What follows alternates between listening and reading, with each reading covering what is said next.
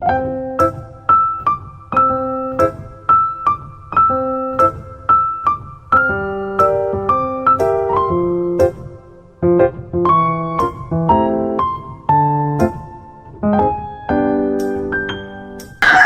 Francis! Yes, baby! Hi mga kalab! Ako po pala si Ulysses, ang bayot kay at pero dili iga. Ako din, Francis, ang gwapo perdiyoso. And we are the Family Love Team. Kung bago ka pa lang sa aming channel, don't forget to subscribe.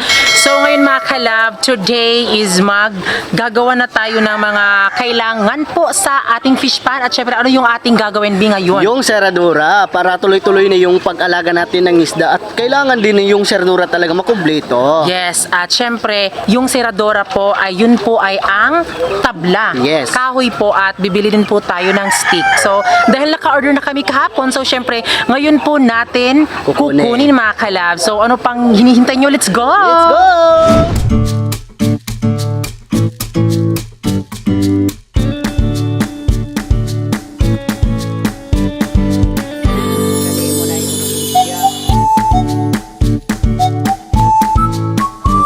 So ngayon makalab ay bibili din tayo ng net makalab para gagawin natin na pang frame talaga sa pamerta sa ating fish pan makalab, no. Ayan na po. Sinusukat na po ni Kuya makalab. 7 meters po yung nabili namin na net makalab para dalawa po yung gagawin natin na bastidor makalab para hindi na makawala po yung ating mga alagang isda, yung mga sa crabs, mga sugpo din.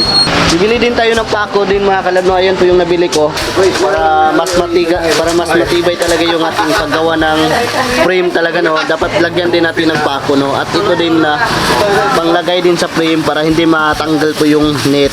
Ayan po. Ayan. Thank you.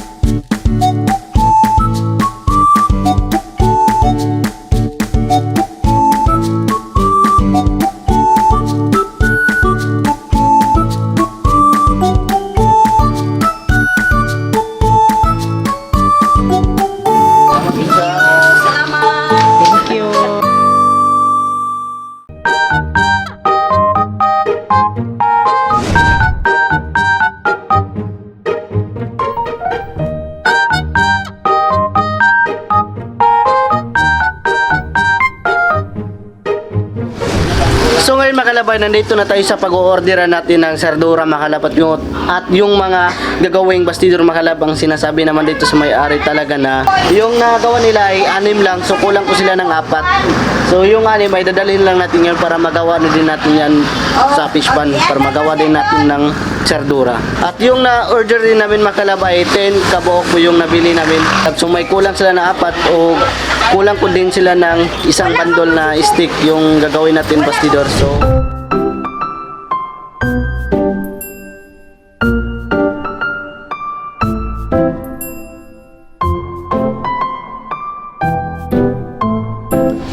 Ayun mga kalab, hindi naman talaga sinasadya ang mga pangyayari dahil brown out din dito mga kalab. So alas 6 po siya babalik. So dahil kulangan po ng 4, so kailangan talaga magawa sa ngayon. So ang ginawa na lang namin ay ito na lang po yung pinalit mga kalab. Waders na 12 mga kalab. Ito isa. 8 mga kalab. Kaya ito na lang mga kalab. Okay na okay siya mga kalab. Kaya ito po yung ating dadalhin. At syempre yung stick po ay papunta pa lang dito mga kalab kasi parang na-traffic sa EDSA mga kalab. So ngayon mga kalab ay ikakarga na po ito.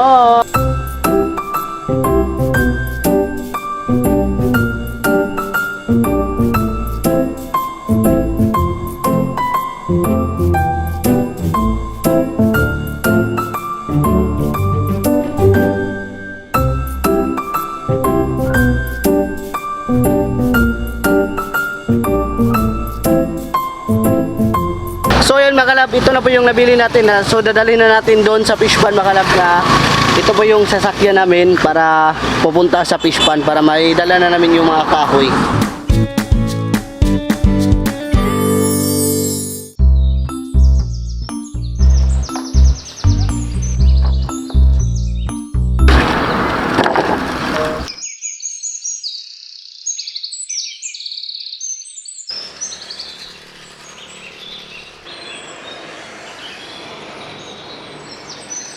So So ngayon mga kalab ay isasakay po natin ng bangka po yung ating kahoy mga kalab dahil iano natin sa fish pad natin. So isasakay natin ng bangka. So mano-mano lang po yung pag-ano natin. Isasagwan po natin.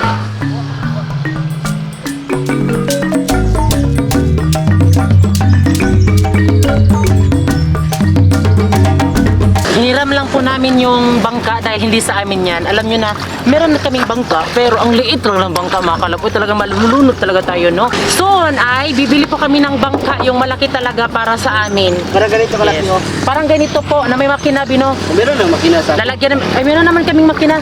Meron tayong Asa makina. dito makina na to? Nakit yung makina ganyan bruto. Asa mo to ron? Makina. Ibilin. Ha? Kaya po siya saan digibilin na. Oh.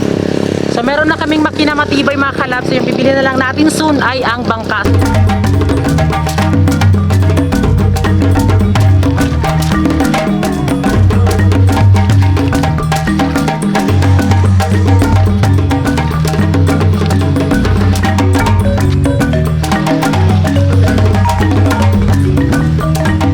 So ayan yung ating mga kahoy ay naisakay na po. So punta na po tayo para mapunta natin sa fish pond mga kalab, no? So let's go!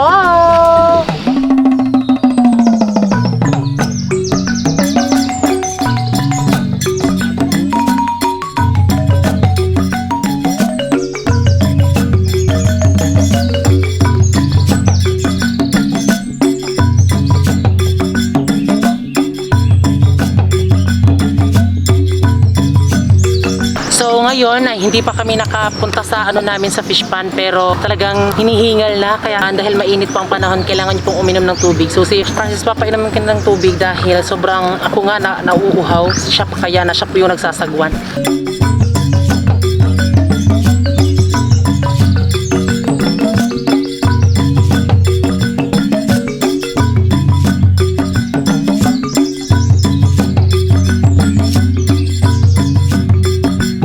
May plano talaga kami makalab na maglagay kami ng sugpo. Dito kami kukuha ng sugpo makalab sa may ilog kasi mas malaki yung mga sugpo nila dito. Tapos 8 pesos lang po yung kantidad sa isang sugpo. So dyan kami kumukuha para ilalagay namin sa aming fish pond.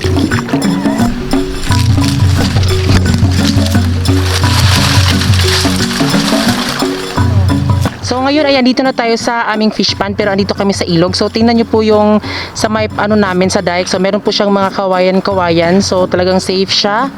Ayan so po si Marian. So tignan niyo po. Yan po ang dike namin, 'di ba? Meron po siyang mga kawayan-kawayan. Tapos tinatambakan po ng mga lupa. Sa mga gilid-gilid yan mga kalab ay may mga malalaking puno. Kaya talagang safe kasi 'di ba nakaharang kasi yung mga malalaking ugat. Tapos yung mga nipa, ayan mga kahoy. So sa bandang diyan ay sa amin na yan. Oh, di ba? Sa amin na 'yan. Ayan, dito na po 'yan sa amin, sa may dike na po 'yan, di ba? So talagang nakaka-sure kami na sobrang safe kasi kung mag-high tide siya, di po mapapano po yung dike namin. Ayun po. Kasi di ba, nakaharang yung mga malalaking ugat diyan sa may dike.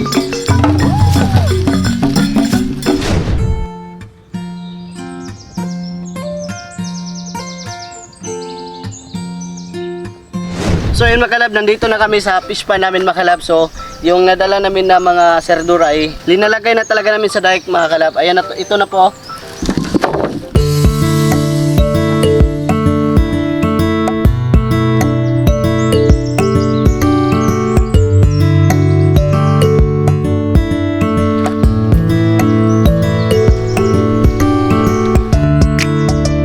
So yan makalab, sinusukat ni Uncle makalab na kung gaano ba kataas yung serdura gagawin namin.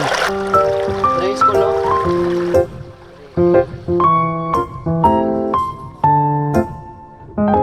So ngayon makalab ay magsisimula na tayo na maggawa ng serdura. At siyempre makalab, meron silang extra na serdura dito. Medyo maluma-luma na. So dito tayo kukuha ng pangsukat, no? Para tuloy-tuloy na yung paggawa natin.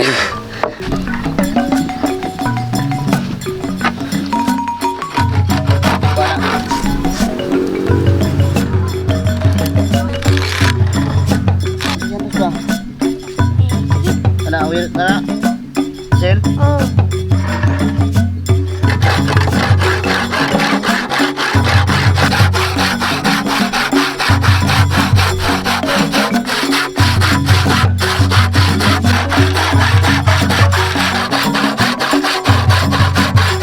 ngayon mga kalab, meron na tayong nagawa na dalawang saradura mga kalab. Ito po yung saradura.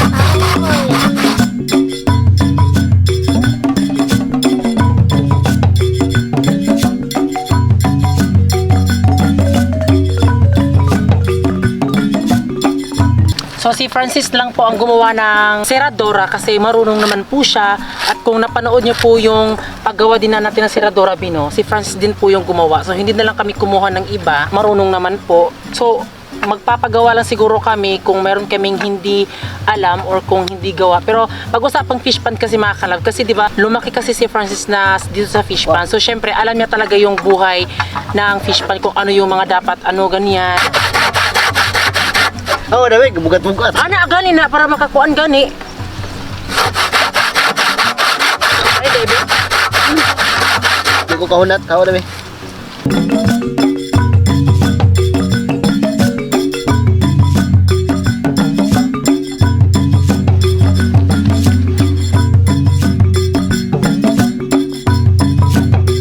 So ngayon mga kalab, dahil meron na tayong naputol na mga 12 ka seradura mga kalab. So kakain muna kami kasi yung oras ngayon ay odd to na, alas 12 na din. Oo, nagbaon naman po kami mga kalab. Ayan, here's our baon. Hindi, my Father, the Son, the Holy Spirit. Kain na na! Diba? Parang nagbokbang. Hating kapatid ang turing ni Marian.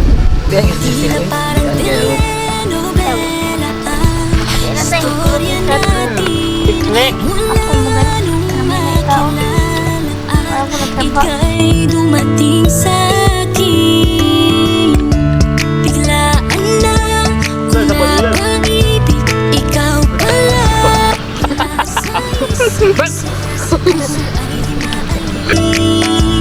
Ngiti sa labi mo na kay tamis, at tumutulo sa tuwing ako sa'yo ay nakatitig.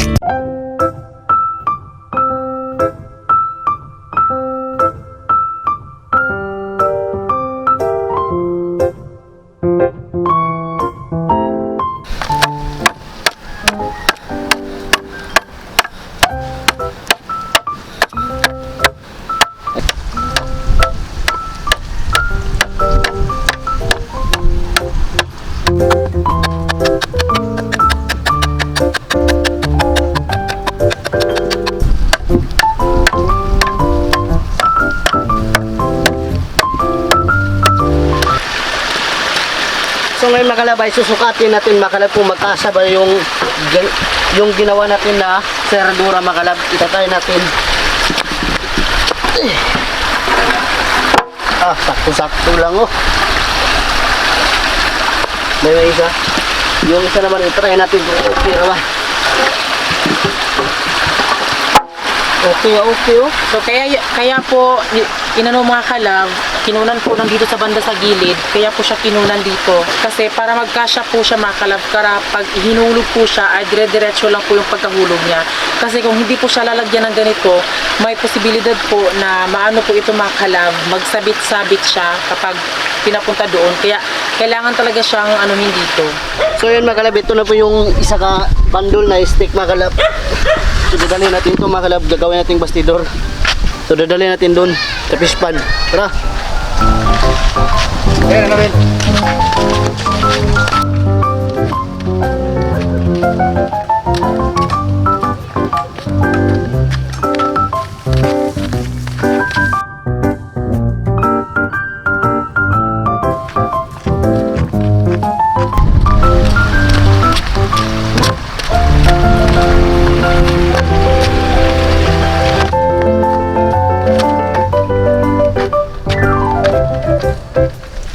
ngayon po dahil dumating na po yung ating stick. So itong stick na to ay Jimelina po. So ito po ay gagawing bastidor pero hindi na po siya pwedeng maano ngayon dahil hapon na. So ang gagawin nilang po ay yung dito mga kalab sa may seradora ay kailangan po siyang lagyan po ng mahahawakan mo like ganito. Ito po mga kalab, di kasi siya pwede na, ganito lang.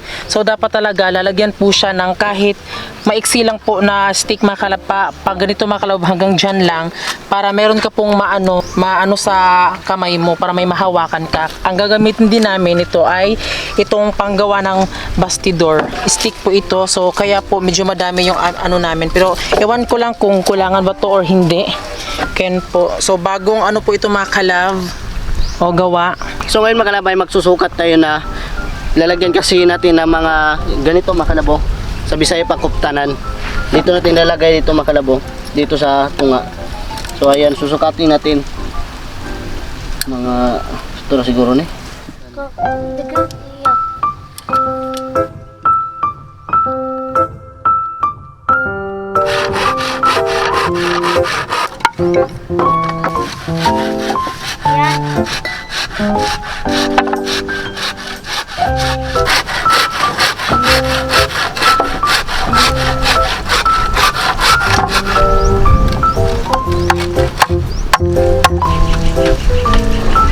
Dali, kayo na sa muntikan.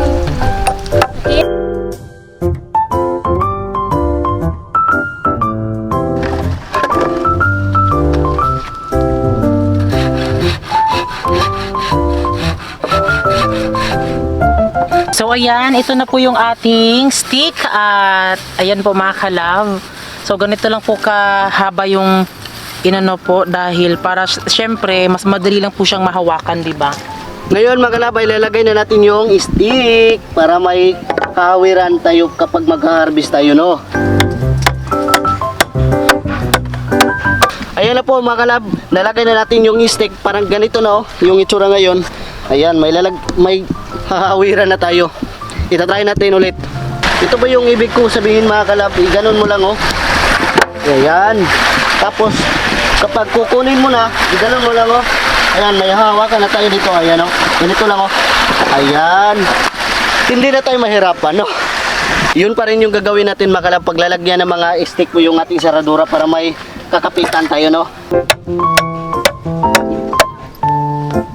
Naob mo balik yan.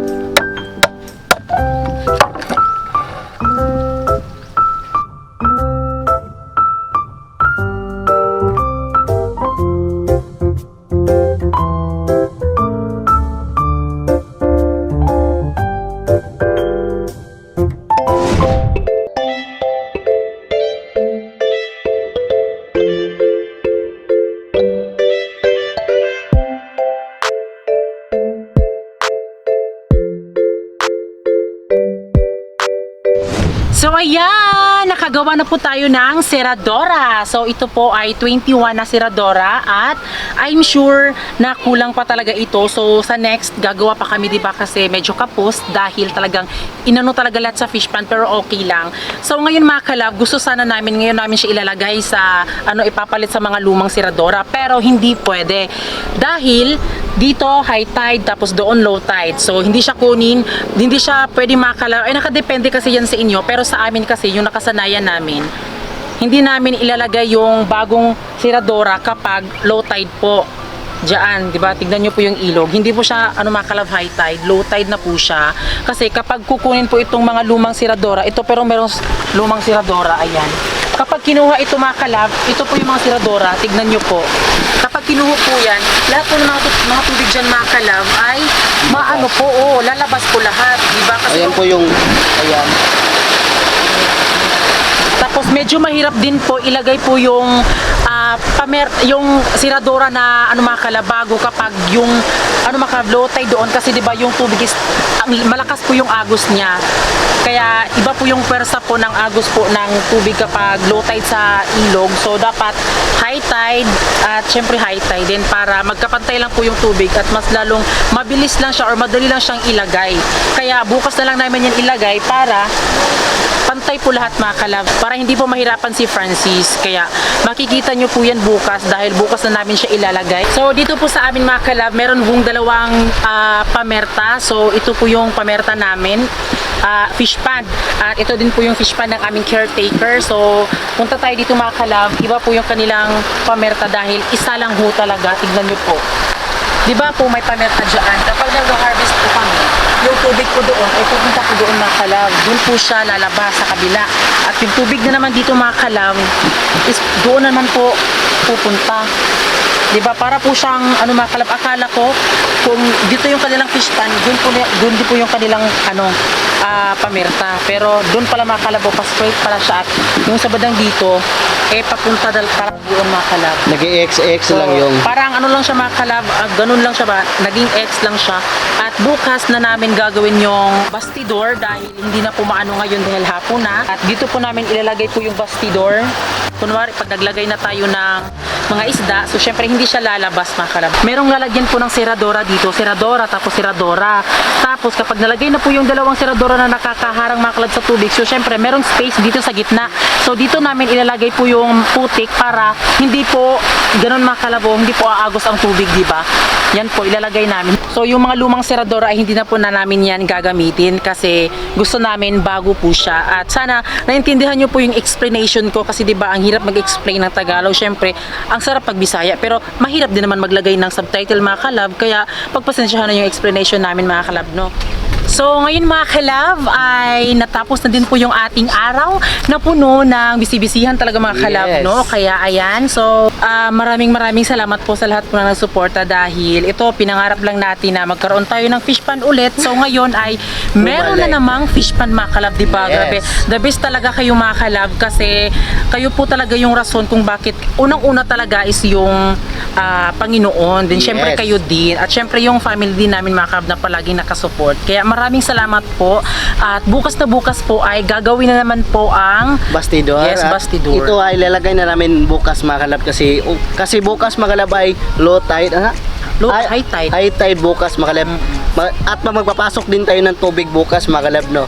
Sabay-sabay na lahat. At syempre, pasalamat din kami kay Marian at kay Giselle. So, magkapatid sila mga kalab, no? Pamangkin po ni Francis. So, buti nga lang ay gumala po dito si Marian. Kasi di ba wala kasi lang pasok ngayon kasi Sunday. So, bukas mga kalab is Monday. So, hindi na naman namin sila makakasama. Kaya maraming salamat din po sa kanila talaga. At sana po sa mga vlog namin, mga kalab, sana supportaan nyo po din kami hanggang mag-harvest. Yun po. Yes. Kaya maraming salamat po sa lahat po ng nanood. At syempre, bago kayo umalis, please don't forget to subscribe our YouTube channel at kami ang Family Love Team nagsasabing dapat love love!